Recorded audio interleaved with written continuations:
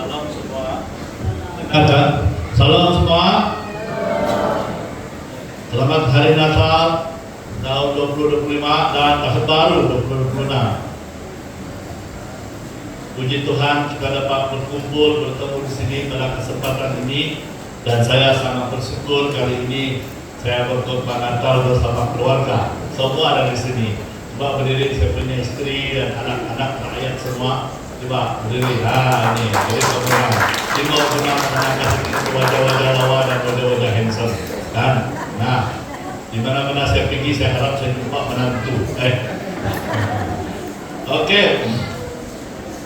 Tajuk pengungsian hari ini adalah Kasih Kristus menguatkan keluarga.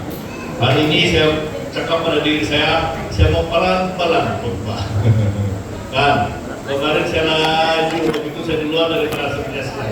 Jadi hari ini saya mau pelan-pelan, boleh kan? Pelan-pelan kita bilang, cakap pada orang sebelah, pelan-pelan kita bilang.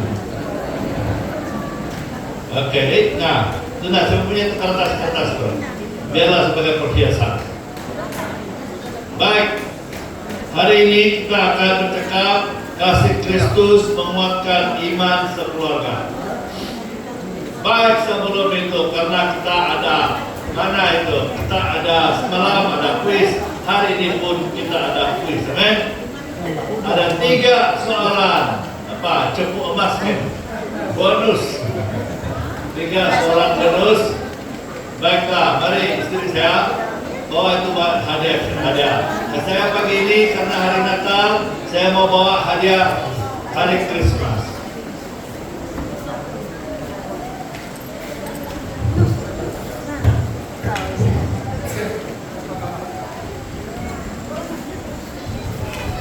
Mana? Oke. Baik.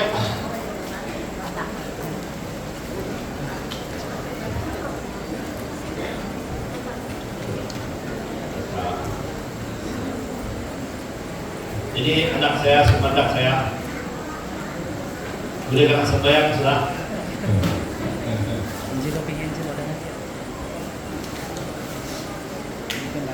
Baiklah, thank you. Baik, soalan ini hanya merujuk kepada khotbah semalam. Bolehkah? Perkongsian sesi kedua ya. Jadi ada saya sebut semalam dalam khotbah semalam, saya harap ada orang mendengar kan? Kenapa Tuhan mencipta manusia? 1 menit dari sekarang. Jadi ada banyak hadiah ini. Mana-mana silakan nih. Oke. Saya tidak tahu apa hadiah Krismas lah. Oke, hadiah sini berat juga, mungkin iPhone lah kan? Kita iPhone kah? Nah, baiklah. Kenapa Tuhan mencipta manusia? Siapa mau coba? Nah, kalau ada beberapa kan, mau coba kalau kena sakit mungkin dapat hadiah lah kan? Kalau saya dapat lulus, boleh lah. Oke, siapa mau coba? Silakan. Allah, setelah ini kamu mendengar, kamu bersama dengan saya. Kenapa Tuhan mencipta manusia? No, kurang tu bina saya Tuhan itu. Tunggu. Kenapa? Atau kamu mau tunggu soalan 2? Boleh juga Bapak jawab 1, jawab 2, 3. Mana? Siapa mau jawab? Kenapa Tuhan cipta manusia? Siapa mau coba? Silakan. Allah, ini sedihlah. Ulanglah kita pada kekele ini. Ada Tuhan Hansen. Pada kekele saya di jalan respon. Saya menang. Siapa mau coba? Oke, mari. Lihat. Sini kau. Macam pendektaan pula. Jalan. Ada gaya. Saya ngarang. Ayo. Ya. Buka bukan hebat yang pasti bebas bukan. Oke. Kenapa Tuhan cipta manusia? Kalau saya sebab yang mau cerita dengan manusia mungkin sebab Tuhan inginkan seseorang bercerita dengannya. Bercerita. Ada ayat lain daripada bercerita.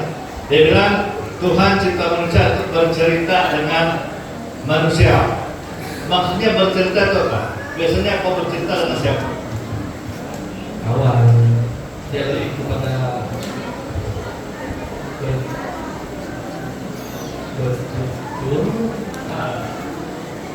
kita bercerita dengan siapa?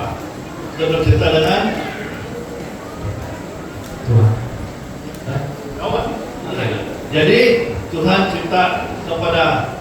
cipta manusia untuk bercerita dengan kita. Maksudnya Tuhan cipta manusia untuk berkawan dengan manusia, untuk bersahabat dengan manusia. Betul kan tidak? Boleh terimakah Tuhan cipta manusia untuk bercerita dengan manusia? Bolehkah? Juri-juri semua kita boleh kasih. Terimakah? Boleh. Kasihlah dia satu hadiah. Bolehkah? Oke.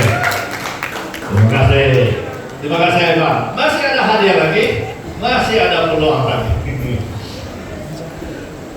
Semalam ada saya tanya apa tujuan Yesus datang ke dalam dunia? Apa tujuan Yesus datang ke dalam dunia? Siapa mau jawab? Oke, itu yang meloncat-loncat. Ini pun boleh juga, mari sini. Yang meloncat-loncat mari juga, mari juga ke sini. Apa tujuan Yesus datang ke dalam dunia? Untuk menyelamatkan kita. Menyelamatkan kita. Bolehkah kalau ikut kelas malam? Boleh juga kan? Kasih dia, kasih satu hadiah. Terima kasih. Amin. Oke, tutup sana, Ya. Oke. Kenapa Tuhan datang ke dalam dunia? Untuk menyelamatkan manusia dari dosa. Kasihlah hadiah satu hati kan? Oke. Itu belum memuaskan soalan lecture. Ini tahap tahap bachelor ke atas lah kan? Ini lulus. Lepas dah. Siapa mau coba? Siapa lagi mau coba? Adakah? Oke, tidak apa. Ada satu orang lagi mau coba? Siapa? Ada guru di sana itu. Tidak apa. Oke, terima kasih ya. Oke. Baik, sekarang ayat hafalan. Jawaban kepada soalan nomor 2 itu ada dalam nomor 3. Jawaban soalan nomor 2 itu nomor 3. Tuhan datang ke dalam dunia memang untuk mati di salib, memberi dalam keselamatan supaya manusia yang selamat mempunyai hidup dan mempunyai dalam segala kelimpahan. Betul tidak? Betapa kita percaya dia mati di salib tapi kita tidak mengalami hidup berkelimpahan. Masih kurang itu. Kalau kita bilang saya percaya Yesus mati di salib, saya percaya dia mati untuk dosa-dosa saya percaya dia sudah mati dari kematian. Kita percaya semua ini tapi tidak mengalami berkat rohani daripada korban Yesus itu, yaitu hidup berkelimpahan. Masih kurang lagi kita tahu. Aku mau turun dengan diri menurut kayaan dulu nama saya Tuhan salib tak? Aku beriman di dulu nama saya Tuhan isok disendau pada kita tada. Kau paham ke saja Inggris? Kan? Baiklah. Jadi apa tujuan kita dalam dunia? Memberi hidup bersedang kelimpahan. Siapa mau hayat kepalan? Siapa bagi keluar? Datang sini hafal Yohanes 10 ayat 10. Jangan tengok Alkitab, jangan tulis handphone. Siapa mau coba? Mari. Haleluya. Mari. Ada seorang semua. Naik. Kasih dia barat sedikit. Kesekarang. Ngaran menunggu Pedro. Jauh Pedro, pemain Chelsea. Pemain Chelsea ya? Tidak Pak. Liverpool enggak? Turun betul. Oke. Jadi Hafal Yohanes 10 ayat 10. Yohanes 10 ayat 10 berbunyi, pencuri datang hanya untuk mencuri, membunuh dan membinasakan. Aku datang untuk memberikan mereka hidup dan mempunyai semua kelimpahannya. Boleh kan? Boleh kan? Terima kasih Pedro. Baiklah, kita teruskan. Wasikau.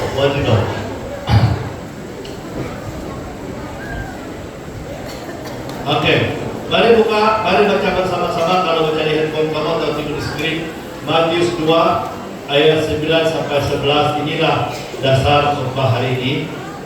Mari saya baca di sini. Kamu boleh dengar, kamu boleh ikut jalan malam kita masing-masing.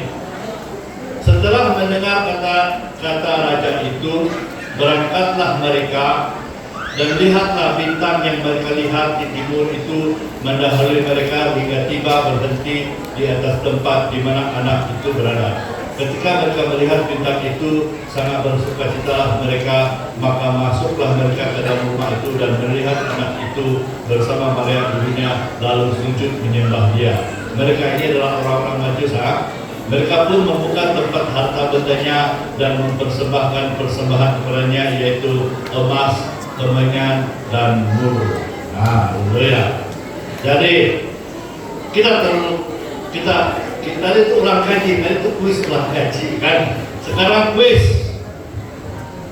Kau boleh buka, kau punya ChatGPT, kau boleh buka, kau punya Gemini, kau boleh buka apa lah.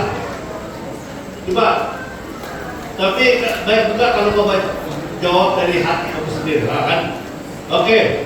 Siapakah orang-orang Majus ini yang datang menyembah Yesus Kristus dan mempersembahkan persembahan emas, kemenyan, dan mur? Daripada yang kamu tahu, dari yang pernah kamu belajar, kan? Kamu boleh coba. Ada 2 cobaan di sini. Nah, ada 2 hadiah di sini. Kalau salah betul-betul tidak kasih hadiah. Tapi kalau ada sangkut-sangkut, bolehlah. Siapa ini orang Majus? Dulu waktu saya baru muda-mudi, kalau bilang orang dari Korea, jauh dari timur dibilang dari Korea. Saya pun, macam mana itu? Sekarang sudah tahu. Firman Tuhan jelas kalau digali. Jadi siapakah orang Majus ini? Siapa mau jawab? Siapa mau coba? Adakah yang mau mencoba? Siapakah orang Majus ini? Saya membahas. Pemuda-pemuda pemain rebana tidak mencoba. Nah, pemuda, siapa saya punya pembantu hari ini? Ikut dengan lain. Kasih orang lain. Siapa? Saya bilang pastor yang menjawab siapa? Pastor janganlah. Saya membahas. Nah, ini mau coba kayak ini. Saya akan cerita dulu peminjilan di gereja, kan malam-malam khotbah malam. Terus dia bilang, siapa mau terima Tuhan? Maju depan. Mari terima Tuhan di masa terakhir. Nah, baru orang di belakang itu berdiri. Wah, puji Tuhan. Ada satu orang mau terima Tuhan. Gitu. Satu kali orang itu datang di atas, terus kayak itu kalau tuangin, dia pergi pom saja. Bukan dia terima Tuhan. Itu dulu dia cerita. Dia mau coba ke orang Korea. Oi, mana? Asal. Allah kasihan aku. Jadi ini saya. Kan, mana? Mari, oke, ini orang Majus, ini orang Majus sebelah. Bah. Siapakah orang Majus? Pengkaji bintang. Lagi. Ahli perbintangan. Ahli perbintangan. Apa lagi? Apa yang mau dijawab? Oke, ya. Karena dia mencoba, saya kasih dia lah. Karena kemudian dia coba. Tapi jawabannya lebih daripada itu, lebih daripada itu. Pengkaji bintang, asal pengkaji bintang orang Majus nih. Nah, itu karena kau berani aku kasih kepada dia. Oke, siapa nama kau? Dewi. Oke, silakan. Ada lagi satu. Kau mesti jawab lebih daripada pengkaji bintang. Coba. Mana? Silakan teman sini kau. Mari kau sini. Oke, ada. Oke. Semua yang laki-laki ketukan di sini, perempuan saya menjawab. Siapa yang betul? Nah, belum lagi. Siapa kan orang Majus berkata? Nama saya Priscilla. Orang Majus adalah 3 orang yang bijak yang mengikut bintang di timur untuk mencari raja yang baru lahir di Bethlehem dan akhirnya bertemu Yesus. Terima kasih mencoba, belum lulus lagi juga. Nah, tapi saya kasih lah, terima kasih. Tepuk tangan. Oke. Baiklah. Mari kita sama-sama lihat Alkitab, belajar siapa orang Majus dan apa makna persembahan mereka. Oke? Dalam Facebook saya Jubilee Api tentunya Kena Raja Wali ada saya postkan di sana. Natal itu bukan pasal tarikhnya, perayaan Natal atau Christmas bukan pada tarikhnya, tapi siapa yang lahir dan makna kelahirannya. Amin kan? Baiklah, teruskan. Ketino, sudah kita berdoa tadi. Konteks sejarah, bukan konteks sejarah orang Majus. Pertama terlihat orang Majus adalah serombongan. Ya, serombongan bukan 3 orang, karena 3 persembahan bukan berarti 3 orang Majus, betul? Serombongan orang Majus, katakan satu sama lain, serombongan bilang. Ini belum makan lagi ya. Serombongan orang Majus ada. Oke. Jadi untuk ringkasnya terus saja kita jangan lagi simpang siur sana sini. Orang Majus adalah keturunan kepada orang-orang bijak pandai di zaman Daniel. Oke, nanti saya kasih ayat untuk mendukungnya. Sekarang lagi, kata ingat ini. Lain kali kalau ada kuis kamu jawab begini, kan? Kalau itu kompetitor tidak setuju sama kamu, coba Jubilee Api bilang. Orang Majus adalah keturunan kepada orang-orang bijak pandai di zaman Daniel.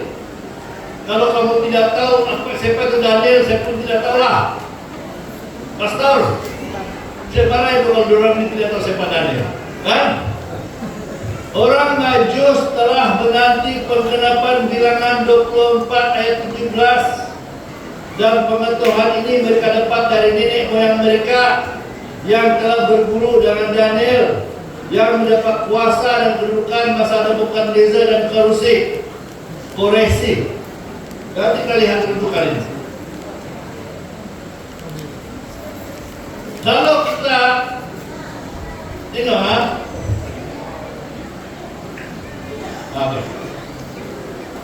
orang-orang Majus adalah keturunan kepada orang-orang bijak pandai di zaman Daniel. Tengok bilangan 24 ayat 17, Daniel 2:48, Daniel 6:27, 29, Daniel 9, 20, 24, 7. Dari ayat-ayat ini kita akan dapati siapa orang-orang Majus ini. Perlihatkan.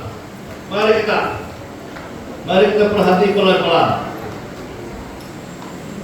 Bilangan 24 ayat 17 pada tahun 1400 sampai 1200 sebelum Masehi, waktu Musa membawa orang Israel keluar dari perhambahan Mesir, mereka menuju tanah perjanjian. Ada satu nabi dari bangsa lain yang diminta oleh seorang raja asing untuk mengutuki bangsa Israel. Bukan pula dia kutuk Israel, dia memberkati Israel dan bernubuat kedatangan seorang raja, seorang pemimpin di kalangan Israel, dan nubuatan itu dalam bilangan 24 ayat 17.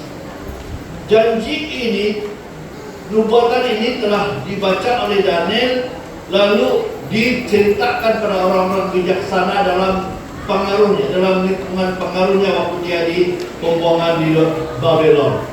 Tengok bilangan 24 ayat 17. Aku melihat dia, tapi bukan sekarang. Aku memandang dia, tapi bukan dari dekat. Bintang terbit dari Yakub, tongkat kerajaan timur dari Israel.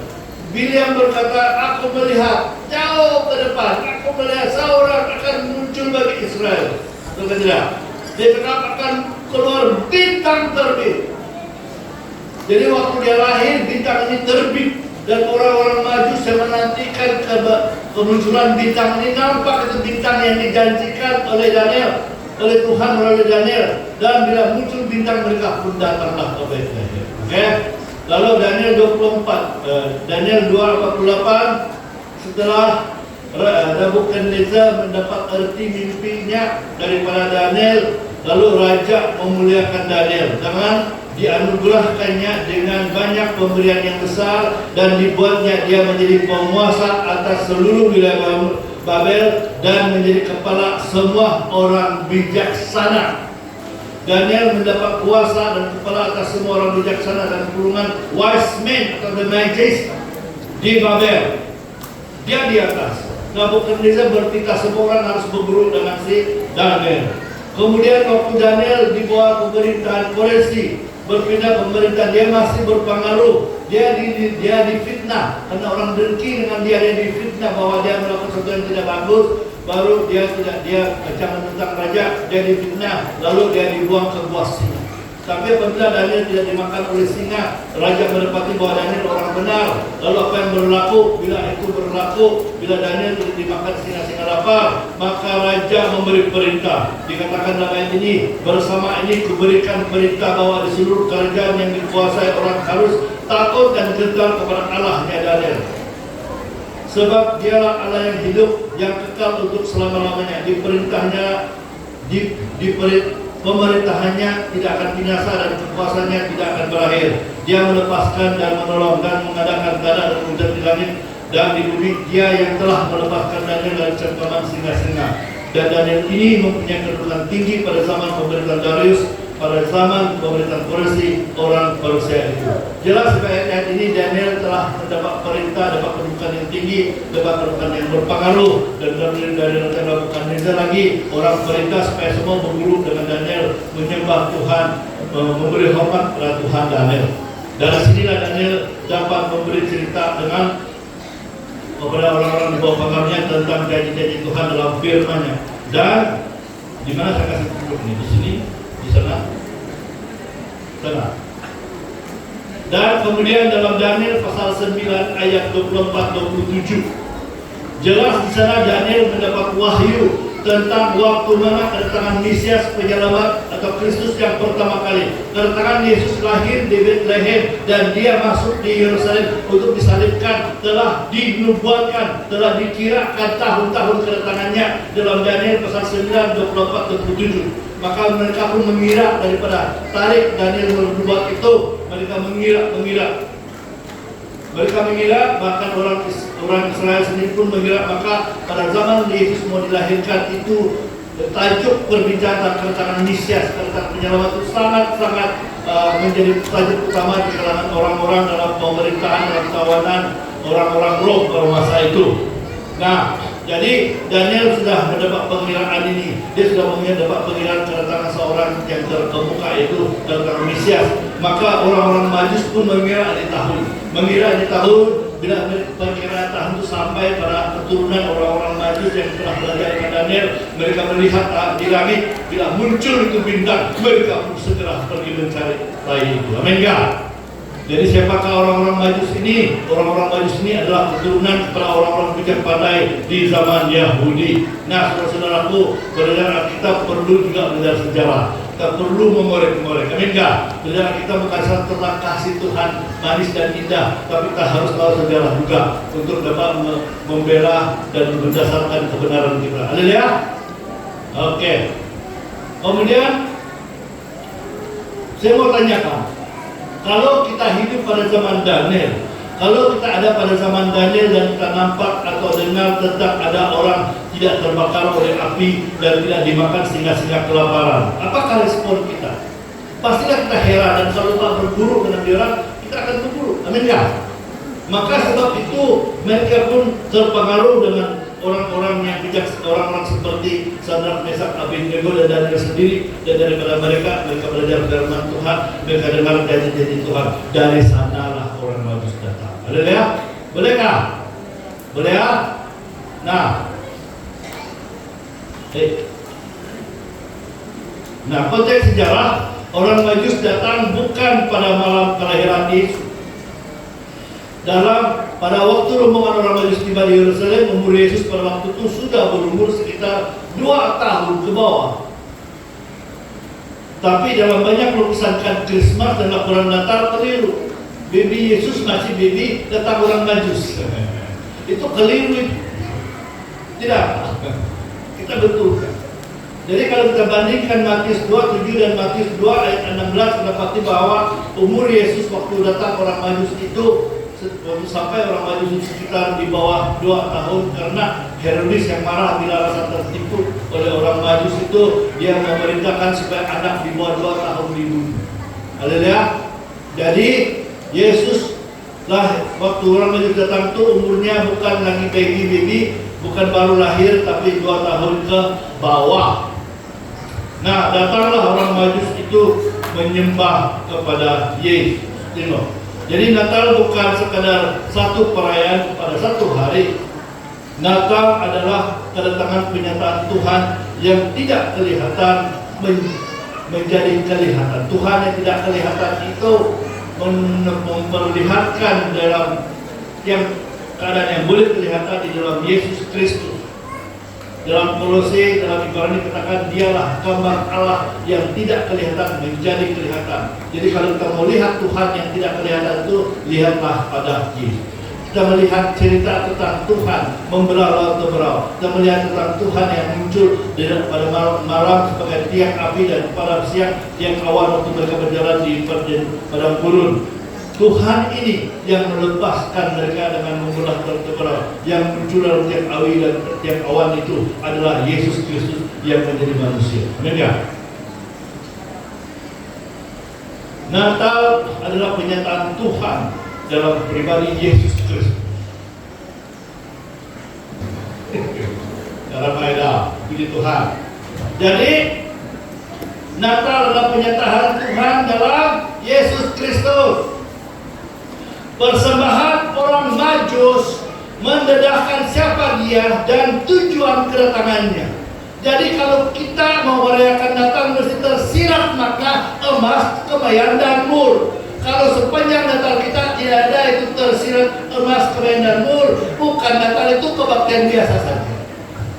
Kan? Jadi emas, kemayan dan mur, 3 persembahan, 1 message. Apa itu emas, kemayan dan mur? Natal adalah Natal apabila penyambutan perayaan Natal kita adalah tersirat makna emas, kemayan dan mur. Kalau kita sudah masuk tamat daripada sekolah minggu masuk remaja, masuk dalam remaja, ini sudah selesai, ini sudah on dalam kita. Amin kan? Kalau bertanya apa itu makna emas, kemayan dan mur, orang remaja boleh jawab. Orang berbudi dapat jawab buat tulisan sudah, mengarang sudah. Kan? Kalau pemudi boleh sudah tulis huraian dan khutbah daripada ini. Kalau penentu boleh buat tesis sudah ini emas, kemayan dan mur. Waktu macam itulah kan. Jadi Natal apabila penyambutan dan perayaan Natal kita tersirat, ada tersirat makna emas, kemayan dan mur. Lalu kita jadi kita dari sisi 1, sisi 2, sisi 3 sampai sisi 4 ada apa tersirat. Orang maju sampai dan menyembah Yesus beberapa waktu selepas malam kelahirannya. Bukan pada malam kelahiran, mereka datang, dikatakan tadi lebih kurang 2 tahun datang. Lalu apa yang mereka buat? Mereka sujud menyembah Yesus. Jadi Natal yang sebenar bukanlah pada tarikhnya, tapi pada siapa yang lahir dan makna kelahirannya. Apakah makna persembahan orang Majus, emas, kemayan dan mur? Ada lagi hadiah saya di atas dulu. Oke. Apakah makna? Mari kita pelan-pelan, oke? Masih bersama saya? Lambai-lambai tangan. Lambai-lambai tangan. Oke. Emas, kemayan dan mur. Mari teko. Emas. Waktu orang Majus datang mempersembahkan emas, itu satu tindakan profetik menyatakan siapa yang lahir itu. Emas layak diberikan kepada raja, dari seorang raja kepada seorang raja. Betul tidak? Masa pertabaran raja pun ada persembahan emas. Raja-raja pada siapakah baju kemuliaan raja wajah kuning, mana ambasador. Jadi emas simbol kemuliaan raja. Emas adalah lambang kerajaan dan kekuasaan. Matius 2:11 orang Majus sujud menyembah, mengakui Yesus sebagai raja. Ada satu Yesaya 9 ayat 5. Sebab seorang anak telah lahir untuk kita, seorang putra telah diberikan untuk kita. Lambang pemerintahan ada di atas bahunya, dan namanya disebut orang penasihat ajaib, Allah perkasa, Bapa yang kekal, Raja damai. Zakir naik selalu mencabar. Di mana satu ayat yang tunjuk Yesus itu Tuhan. Ini ayatnya yang lahir pada hari Natal itu. Apa dia? Siapa dia? Allah perkasa, Raja damai. Kenapa dunia perang terus? Karena dunia tulak itu Raja damai. Kan? Seluruh keliling itu Israel menolak Raja Israel, menolak Tuhan Israel. Maka perang terus. Hanya bila Yesus memerintah daripada Yerusalem baru ada pemerintahan yang damai. Jadi tidak payah kebanyakan cakap. Dalam Wahyu 19:16 dikatakan di situ, Yesus Raja segala raja, Tuhan segala Tuhan, luar biasa. Saya tunggu lagu mulut, satu lagi lagu mulut saya tunggu di sini tadi. Karena adalah 2 lagu mulut ini, ada satu lagi lagu mulut yang saya tunggu kamu nyanyi tapi tiada, tidak apa? Kan itu tidak, nantilah. Kamu tahu apa lagu dia? Dia bilang, Yesus ya Raja, Yesus ya Rangka, ya lain daripada kamu buat, kan? Lain daripada. Tapi tidak kamu baca, jadi malah apa nih? Jadi Raja damai, Yesus Raja segala raja, Tuhan atas segala Tuhan. Kalau kau bekerja, contohnya, kalau kau yakin ini, kalau kau bekerja tahun depan, terus kau tidak dapat cuti Krismas, Tuhan kau bilang kau tidak boleh cuti Krismas, tahun ini kau tidak boleh cuti Krismas. Kalau tapi kau mau pulang kampung, coba kau bilang Tuhan kau Tuhan segala Tuhan. Jadi walaupun bos sudah cakap saya tidak boleh cuti Krismas, saya mau buat juga dan berjumpa juga dia, tolong saya untuk dapat hikmat, dapat cuti. Amin enggak? Sebagai contoh, ada satu kesaksian waktu saya pastor di Kepung dulu, itu bos tidak benarkan jemaat saya kebaktian hari Minggu, dia kasih benar kerja hari Minggu.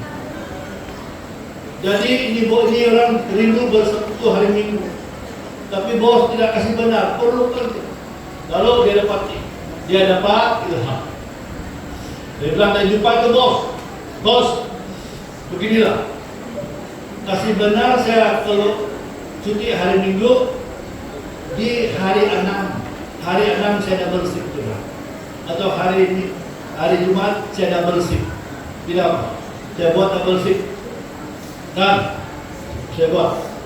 Tadi tetap sama saya kerja setiap hari ini, saya buat apa yang saya perlu hari Minggu itu pada hari ini atau hari ini. Lalu tu bos bilang, ya betul kah? Dia bilang, iya bos betul. Lalu berlalu beberapa waktu dia dapat cuti hari Minggu dengan dia buat double shift atas sukarela dia dalam company. Satu hari bos panggil, begini, ini kau, saya lihat kerja kau lebih bagus daripada orang yang kerja hari Minggu.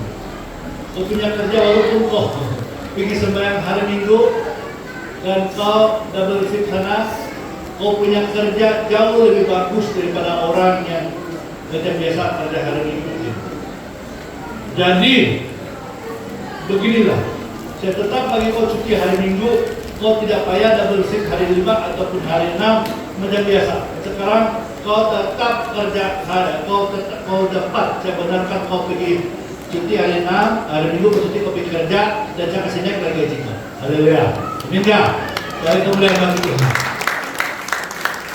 Karena dia menghormat raja atas segala raja. Haleluya. Nah ini kesaksian. Banyak lagi kesaksian sebenarnya sampai sana dulu. Kemudian apa? Emas adalah simbol kemuliaan raja. Jadi Yesus yang lahir pada hari Natal adalah raja di atas segala raja. Tuhan yang menjadi manusia. Kemudian masih dalam Yesus adalah raja. Kita harus tahu saudara-saudara bahwa Yesus tidak terus tetap sebagai bayi di palungan. Yesus ini membesar. Sampai masa umur dia 30 tahun dia bilang, bertobatlah karena kerajaan Allah sudah dekat. Amin kan? Dia suruh kita bertobat. Yesus membesar dan memerintah sebagai raja dengan kebenaran. Yesus adalah raja yang layak ditaati dan disembah. Yesus adalah raja atas segala raja. Nama Yesus di atas segala nama. Pertanyaan adalah kita SIB ini, kita sudah percaya Yesus ini, sudah dibaptis ini, adakah benar-benar Yesus raja dalam hidup kita? Adakah Yesus benar-benar raja dalam hidup kita? Kalau Yesus benar-benar raja dalam hidup kita, maka hukum 10 itu kita taati dalam hidup kita. Dulu sebelum percaya pada Yesus, hukum 10 itu membuatkan kita sadar kita berdosa, tidak mampu melaksanakannya. Seringkali kita langgar, seringkali kita salah, maka hukum 10 itu menjadi menghukum kita, membuatkan kita rasa kita berdosa. Tapi Yesus mati memenuhi tuntutan hukum 10, mati bagi kita, maka sekarang oleh Roh Kudus dalam kita dapat melakukan tuntutan hukum 10 dalam kita. Nah, sebagai orang percaya kita harus ingat, tahu apa itu hukum 10. Tidak payah tanya lagi, sekolah dulu sudah tahu, betul kan tidak? Kita harus ingat waktu kita remaja, kita harus ingat waktu kita muda-mudi, kita harus ingat waktu kita sudah besar. Hukum 10 itu dirumuskan Yesus. Kasihlah Allahmu dengan segenap hatimu, dengan segenap kalbumu, dengan segenap kekuatanmu. Kasihlah sama manusia seperti dirimu sendiri. Aminkah? Tapi sebenarnya ada satu saja ayat.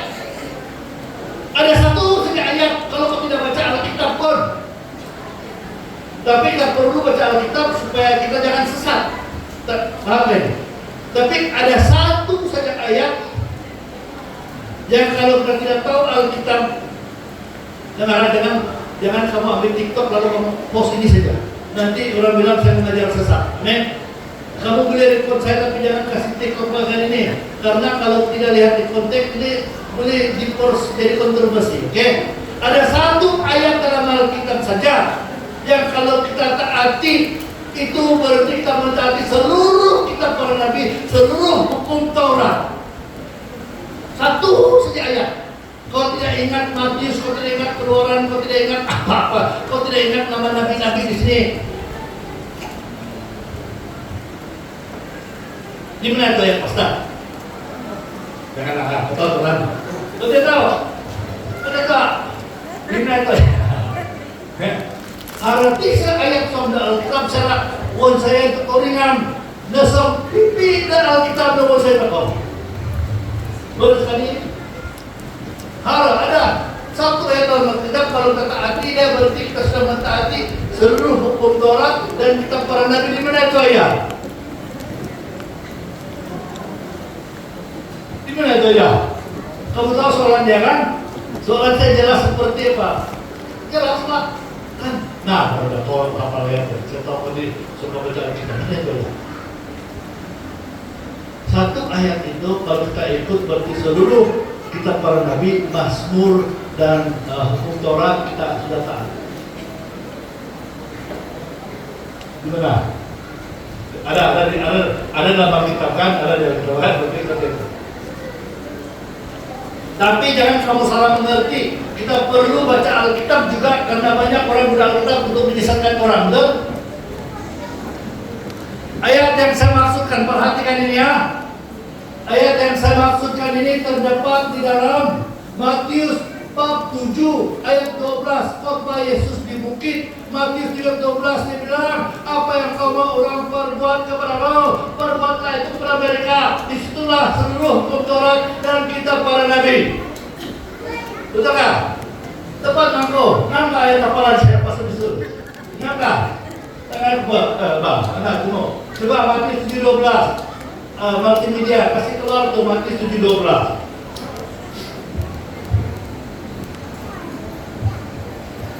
Segala sesuatu yang kamu kehendaki supaya orang perbuat kepadamu, perbuatlah demikian juga kepada mereka. Itulah isi seluruh hukum Taurat dan kitab para nabi. Maksudnya, kalau saya mau orang hormat saya hormatlah dia. Kalau kau tengah bercinta, tengah berpacaran, mau tunang, kau mau biar pasangan setia, kau sendiri setia duluan. Paham kan? Tidak payah kau checklist mana kau pilih, kau stop dia. Jangan, sendiri mau setia. Kalau kau mau tuh girlfriend setia, jadi laki-laki harus dia. Amin. Haleluya. Saya ada khotbah muda-mudi nih, Pak Hasan. Tapi saya tidak mau kasih keluar itu lain cerita, karena nanti menyimpang. Tapi saya mau cakap begini. Dulu saya khotbah di sini 86. Masa itu tengah pras. Ada saya suka orang, tapi orang tidak suka saya. Dia bilang Tuhan. Tapi saya berpuasa. Doa, minta Tuhan tunjuk. Tuhan biarlah Kau yang pilih untuk saya. Lalu Tuhan bagi saya mimpi. Lalu selepas belajar di MBS, belajar di Miri Bible School, kan ada satu orang. Terus kami berdating lepas sekolah. Pergi berdating, hari pertama dating terus bilang, "Udah, saya sudah mimpi ini masa." Dia bilang, "Saya betul-betul mimpi jumpa satu perempuan dan betul-betul jadi dalam seperti mimpi saya. Dan ada orang lagi mimpi kami kawin. Sekarang perempuan itu tuna. Boleh Pak. Haleluya. Betul. Orang tidak mau saya, Tuhan kasih saya satu orang dalam mimpi. Oke. Jadi kalau sekarang 39 tahun datang dia dan bukan dia saya tengok berdiri kamu 3 anak. Tengok. 3 anak. Oke. Ada itu gambar saya kasih dengan penatua itu. Ada di multimedia kan itu gambar itu. Kalau lebat kasih post, ada kan? Tidak kan? Kalau tidak. Jadi masa itu saya punya pikiran begini, Tuhan apa masa depan ini mau bikin ke depan. Tapi saya tahu Tuhan Alfa dan Omega. Tuhan janji dia panggil dia akan pegang. Kan? Dan hari ini ternyata Tuhan setia kepada kita. Sabi Torim sudah membesar, sudah maju. Kita pun maju bukan karena kekuatan tapi karena kasih kemurahan Tuhan. Amin kan? Tajuk ini dia bilang kasih Tuhan yang mempersatukan keluarga. Bila ini tajuk diberikan pada saya bersyukur pagi hari Minggu ini SMBLKS tidak ada kebaktian, hanya kebaktian semalam saja. Maka diorang bebaslah pergi mana-mana kan. Maka diorang pun ikut saya lah kebaktian di Polri. Dan betul ini kesaksian kasih Tuhan menyatukan keluarga. Haleluya. Mau dengar cerita kan? Ini cerita. Saya minta izin dengan istri saya. Kasih Tuhan betul-betul menyatukan keluarga. Kenapa orang dulu bila saya suka orang Renau, dia orang tidak mau terima saya. Minta maaf istriku. Jangan kau marah aku bang, kau lah my love. Kenapa? Sebab dia orang suka juga saya bang. Handsome juga saya lebih handsome daripada Korea bang. Betul. Kalau kasih baris kamu sekarang saya lebih handsome dari kamu. Kita puji dan siapa? Oke. Adakah di sana multimedia itu gambar? Adakah? Coba, adakah? Yang saya bagi sama kau poster. Ada? Boleh tak?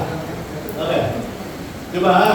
Jadi, tapi bila orang tahu saya mau jadi pastor, mau jadi gembala, orang pun awal hati apa? Sebab mau jadi gembala itu asal tutup-tutukan begitu. Dan masa itu jadi gembala gaji dia 180 ringgit, bukan, 90 ringgit 1 bulan. Lalu naik sedikit 180 lah adalah. Ada saya suka orang Renau, tapi satu kali masa orang pekan Renau nampak tuh gaji gembala 180. Saya nampak yang saya suka itu dia tidur buletin macam susah hati dia tahu berarti.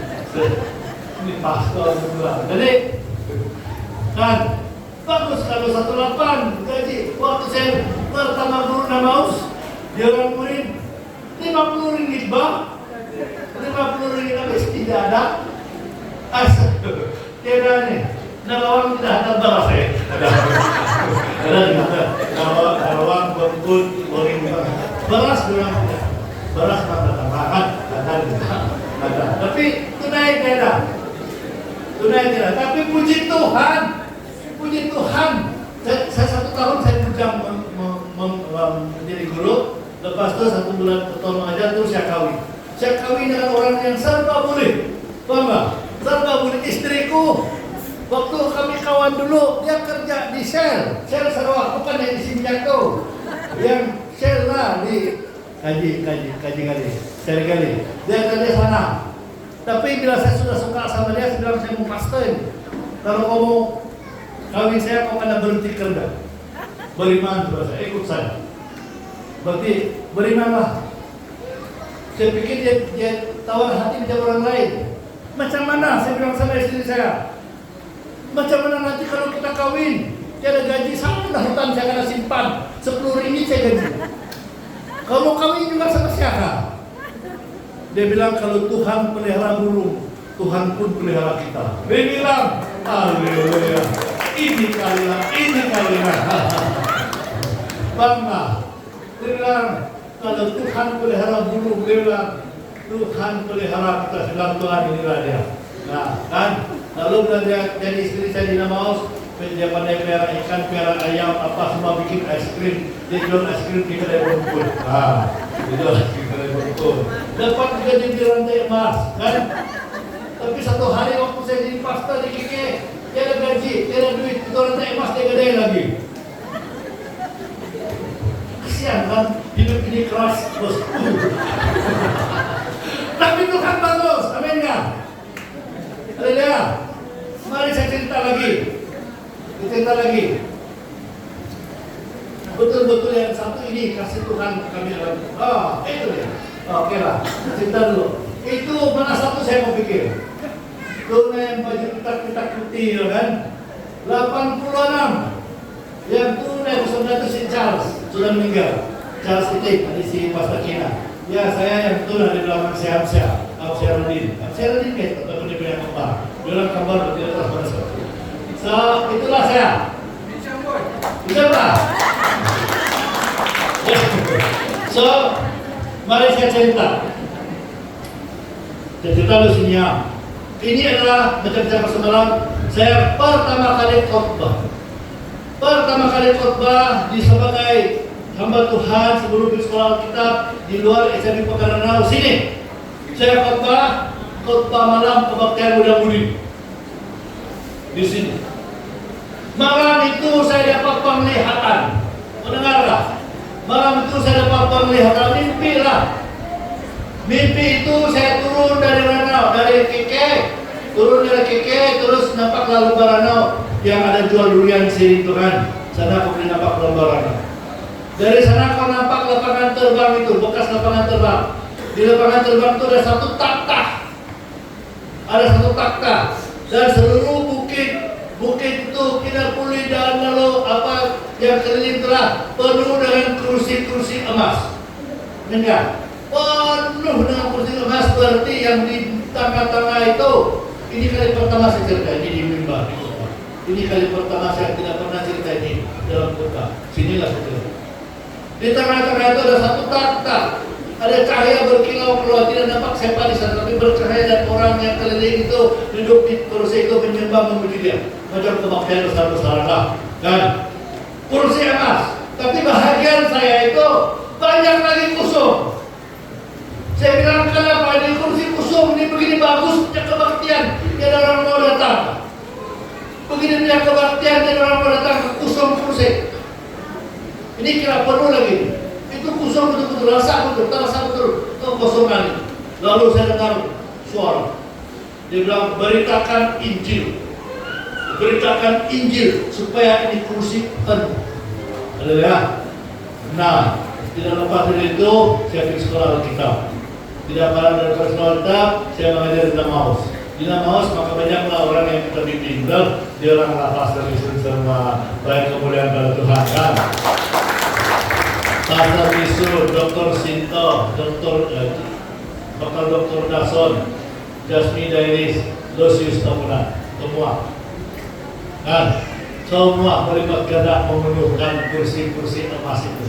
Haleluya.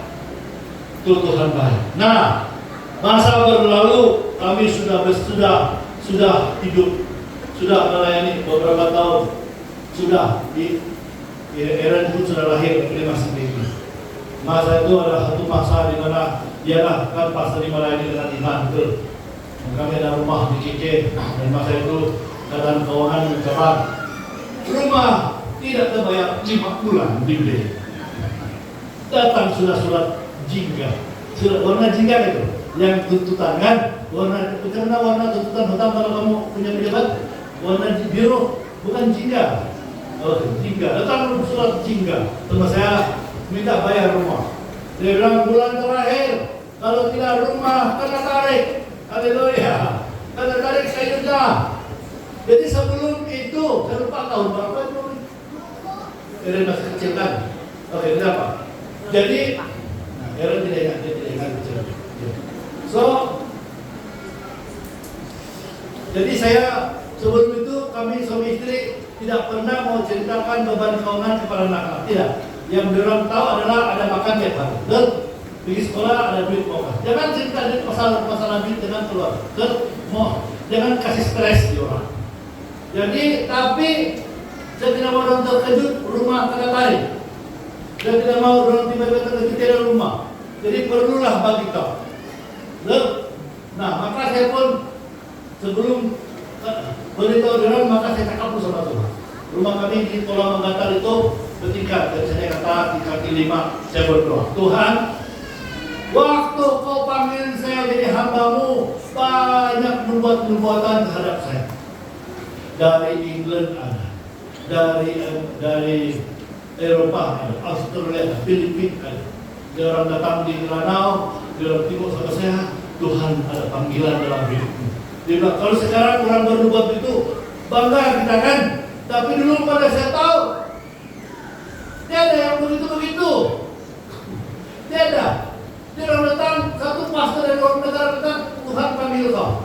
Kalau Tuhan panggil saya, kenapa tidak kasih saya sendiri? Kalau Pak kasih sama kau. Betul tak? Sebenarnya banyak kali Tuhan cakap, tapi saya tidak paham. Begitu. Nah, macam laki-laki suka itu perempuan, tapi perempuan tidak paham-paham. Maka laki-laki pun kirim salam. Dan itu laki-laki kasih signal, tapi perempuan tidak paham. Laki-laki kirim salam lah. Begitu paham tu.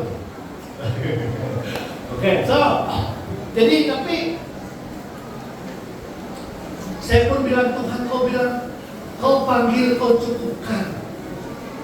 Setelah saya jadi pastor, maka betul Tuhan cukupkan. Tapi hari ini Tuhan, rumah saya mau kena tarik sudah. Jadi Tuhan kau punya tahu lah kalau saya rumah kena tarik kan, saya oke sini. Tapi anak saya masih kecil. Apa macam mana kalau tangkap ini, macam mana mereka terima ini kenyataan? Dan dia bilang, apa ini Bapak ini pastor? Tidak dapat kalian tempat tinggal untuk kami. Itu kata Tuhan dia itu. Maka Tuhan kau punya tahu. Sekarang saya mau kasih tahu saya punya keluarga tentang hal ini. Jadi saya turun doa, panggil rapat umum. Rapat umum itu kan? Rapat umum. Panggil istri anak kalian di ruang tamu. Ada saya mau cakap. Dia bilang tahun ini, bulan ini lah kita lahir, kita tinggal di rumah ini. Tinggal di rumah ini bukan tarik bank. Dia bilang. Istri anak perempuan kita. Rumah tarik bank. Ya, kamu punya bapak tidak ada kerja yang bergaji tetap. Masa itu kerja saya edit gambar, ambil video, orang kawin saya edit, kan. Masa itu tidak gaji pastor yang bergaji. Tidak ada, banyak cerita. Tapi saya masih pastor juga. Tapi pergi berkhotbah sana sini itu tidak dapat menampung lah kan. So saya bilang ya, beda. Kenapa Tuhan mau tarik? Jadi kamu tinggal di mana? Saya pun cakap. Dia bilang, kita mau tinggal di mana? Terus dia bilang Tuhan akan sediakan. Gue ingat iman Bapak itu pernah dalam hati jaga Tuhan kalau tidak kasih sedia. Sama anak mesti tunjuk iman kan? Dia apa kita berbuat di belakang anak saya laki-laki. Kita berdoa. Kita dengarkan ke pastor diri masih turun dari sini. Kita dengar kesaksian masa dia punya company mau karena ada masalah dia berdoa Tuhan turun. Inilah peluang kita untuk mengalami kasih Tuhan sebelah. Kita mari berpegang tangan. Kami berpegang tangan. Tuhan di sini kami. Tuhan tolong. Tuhan tolong kami. Allah tahulah Tuhan beri, Tuhan ambil.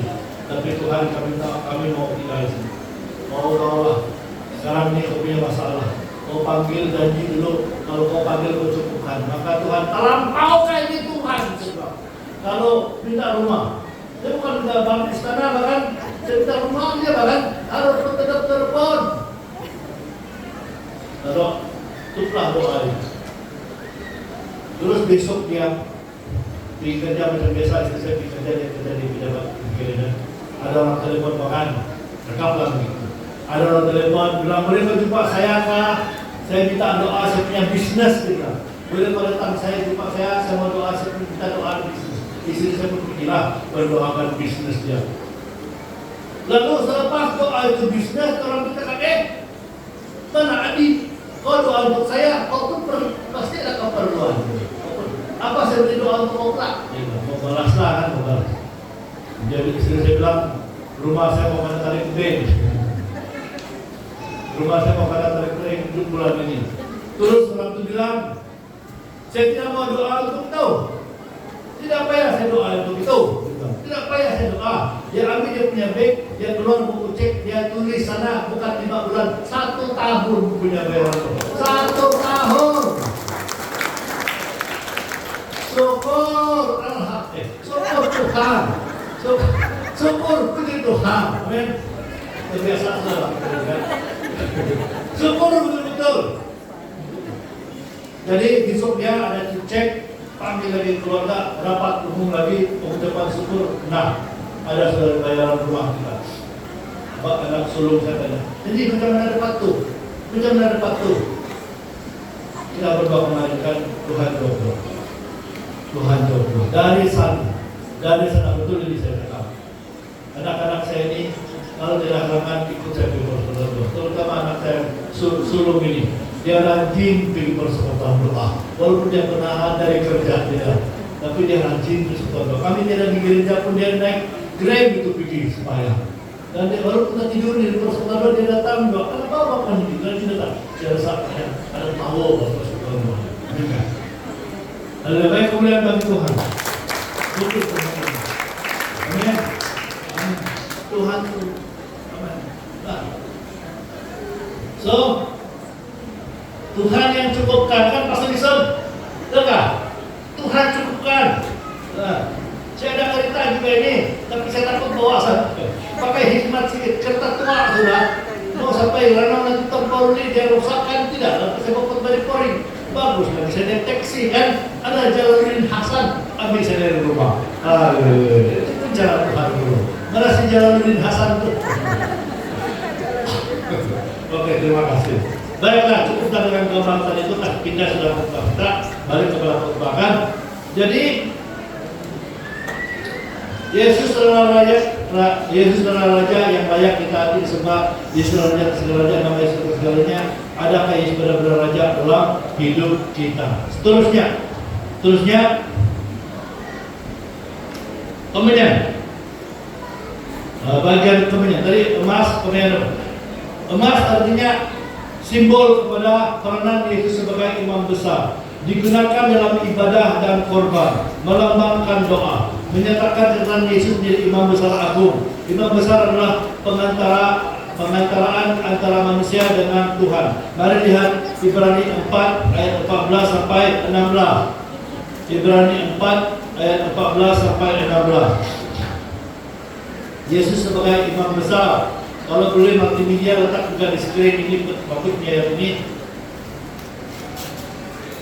Oke, Yohanes Ibrani 4 ayat 14 sampai 16. Ada juga ayat di atas. Masih oke. Karena kita sekarang mempunyai imam besar agung yang telah melintasi semua langit, yaitu Yesus anak Allah, baiklah kita teguh berpegang pada pengakuan iman kita. Terusnya, sebab imam besar yang kita punya bukanlah imam besar yang tidak dapat betul merasakan kelemahan kita. Sebaliknya sama-sama kita yang terjebak hanya tidak berbuat dosa. Seterusnya ayat 16.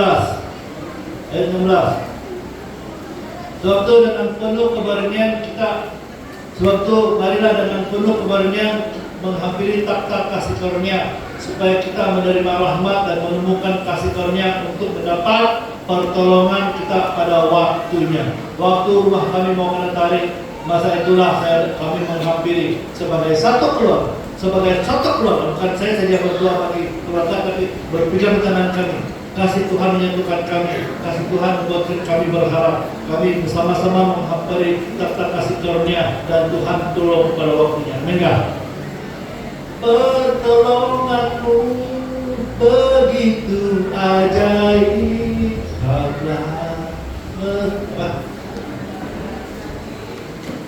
di saat aku tak sanggup lagi, di situ Rohmu bekerja. Betul tidak?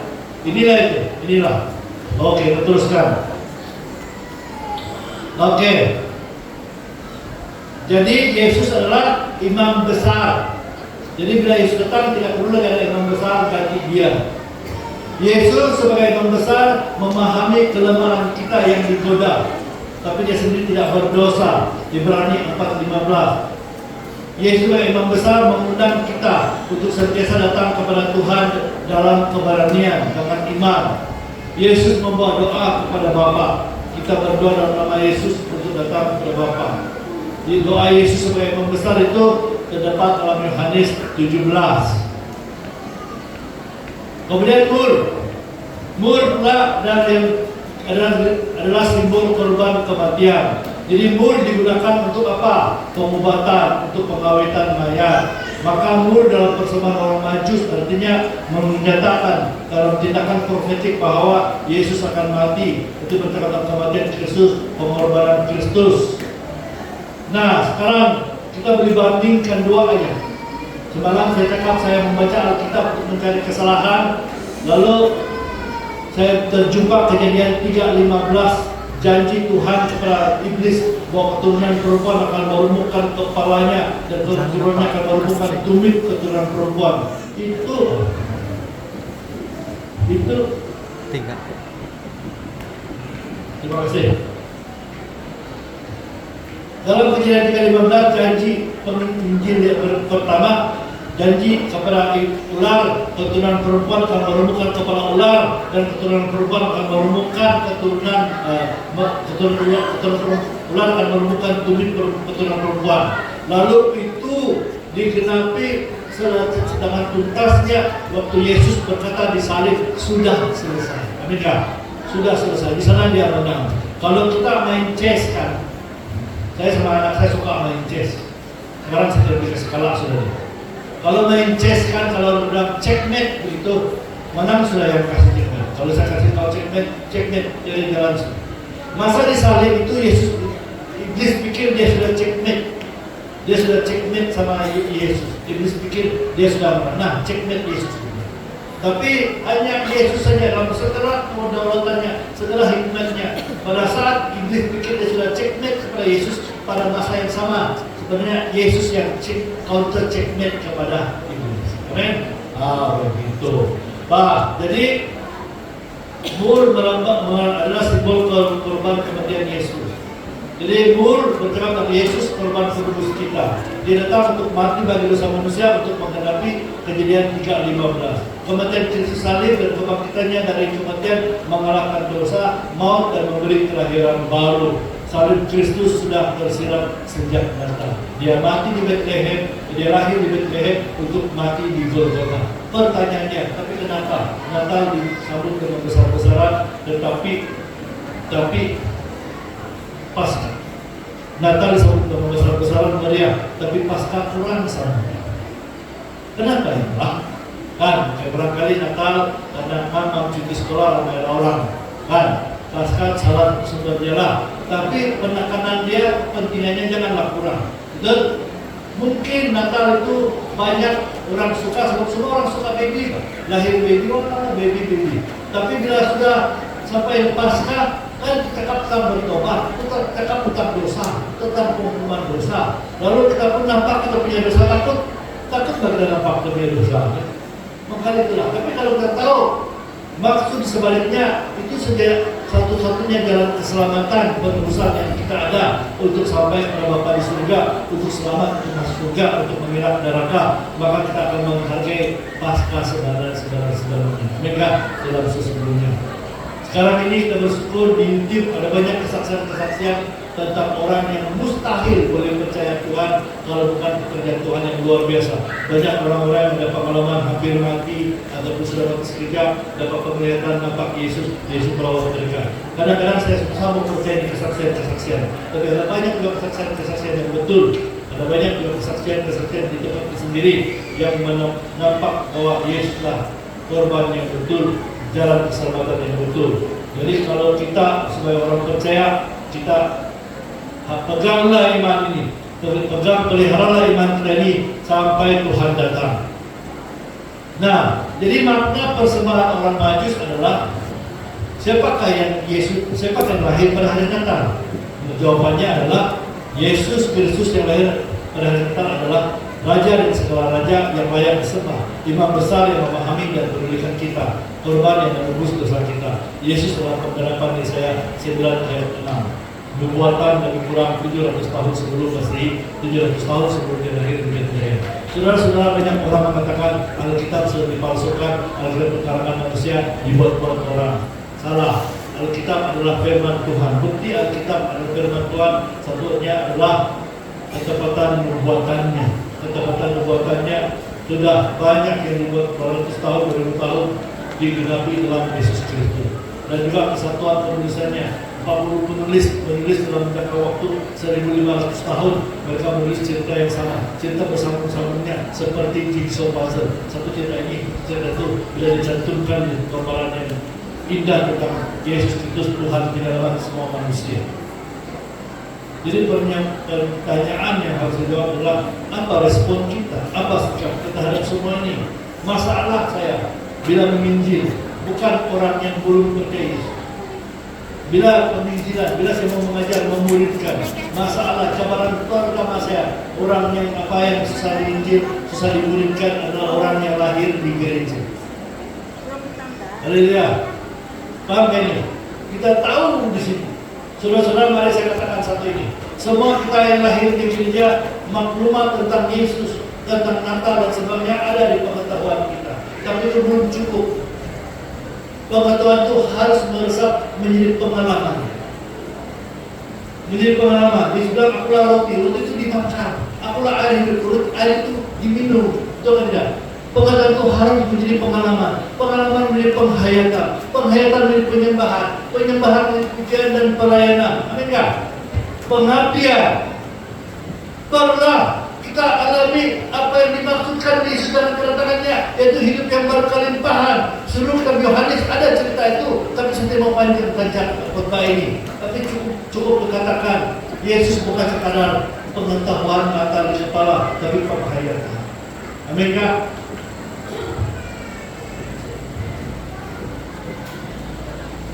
Jadi aplikasi.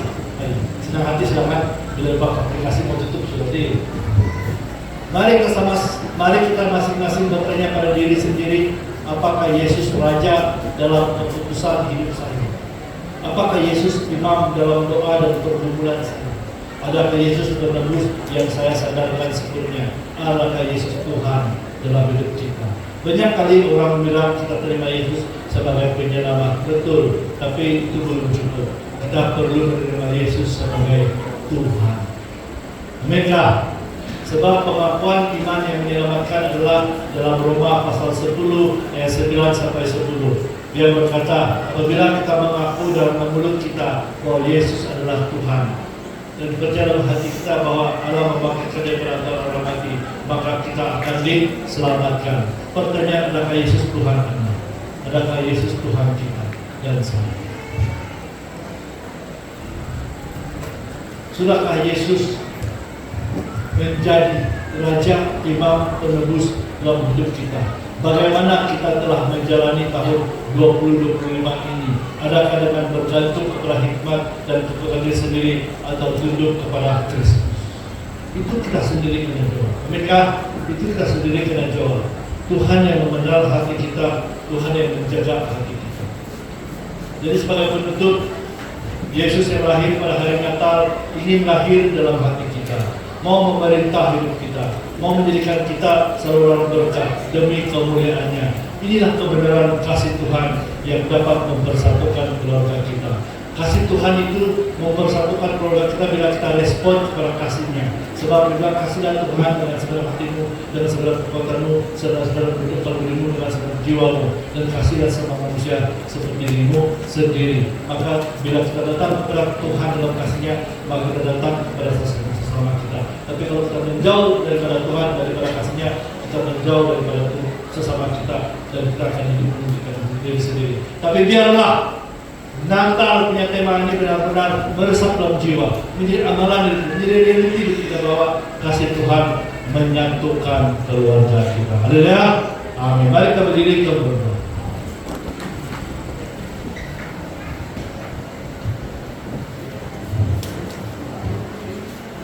Haleluya. Bapa di surga, terima kasih sebab hari ini kami dapat menyambut Natal.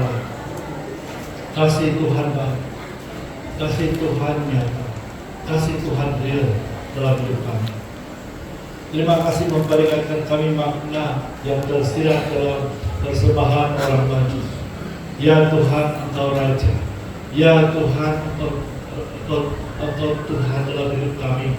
Maka kami seperti orang majus mempersembahkan emas kami, yaitu pengakuan kami bahwa Engkau Tuhan. Ya Tuhan, kami mengaku kalau Engkau besar kami yang menimpa antara kami dengan Allah Bapa. Ya Tuhan, Engkau lah yang kami perlukan setiap hari ya Tuhan. Engkau lah korban kami, Engkau lah yang penebus kami, keselamatan kami. Terpujilah Engkau Tuhan. Ya Bapa di surga, berkati Isani Pori ini dengan kebenaran ini bukan hanya dalam minda pengetahuan, tetapi pengetahuan itu meresap menjadi pengalaman. Dan pengalaman itu menjadi penghayatan, penghayatan itu menjadi pengabdian, menjadi penyembahan, pujian. Haleluya ya Tuhan, terima kasih, terima kasih. Sambut doa kami ini semua ini kami mohon dalam nama Yesus Tuhan dan dalam nama Tuhan. Semua yang kita berkata, amin, amin. Baik, kemudian bagi Tuhan.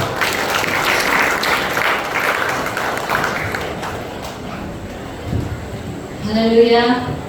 Terima kasih Pastor Jubili Akin atas firman Tuhan sebentar tadi.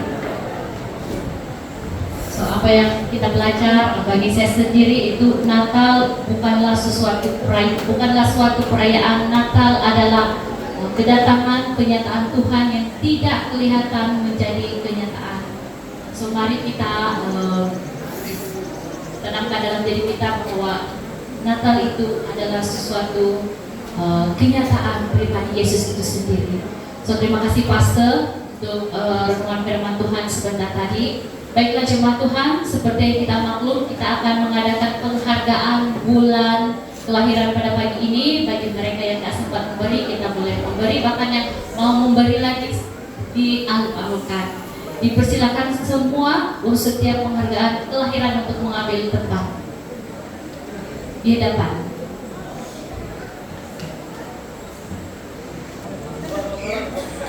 Saya tidak tahu tentang itu. Pastor lah, pastor tidak.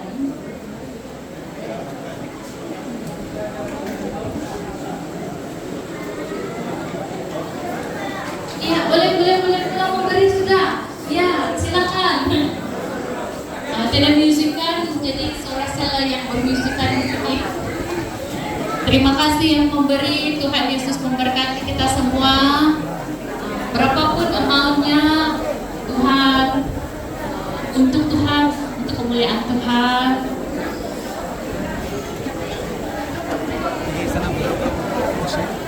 Oke, jangan salah masuk bulan kelahiran masing-masing. Boleh di kota. Yang online itu boleh scan.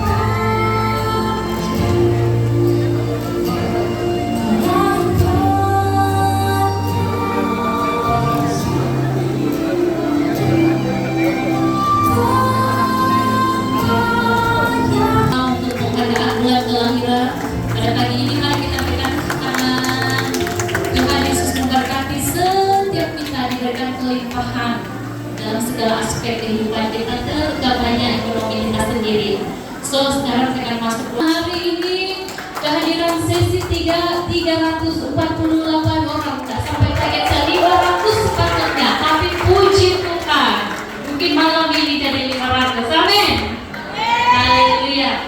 So persembahan kita pada pagi hari ini 1.415 ringgit. Kemuliaan untuk Tuhan, terima kasih yang sudah memberi pada pagi hari ini. So jangan lupa sesi ibadah Natal kita yang terakhir pada malam hari ini jam 7:30 malam. Mungkin ada kawan-kawan atau saudara di sebelah rumah jiran, bawa orang hari ini malam sesi terakhir pada malam hari ini, boleh kan? Boleh kan?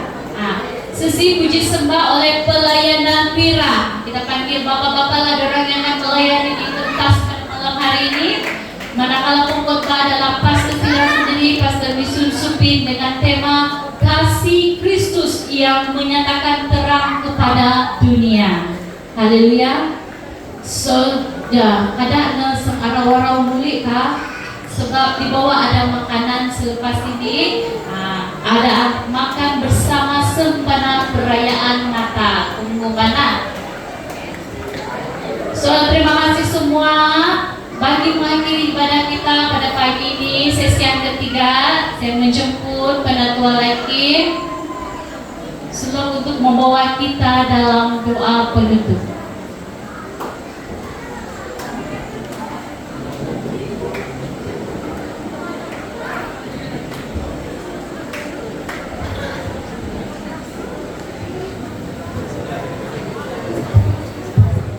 Mari kita berdoa.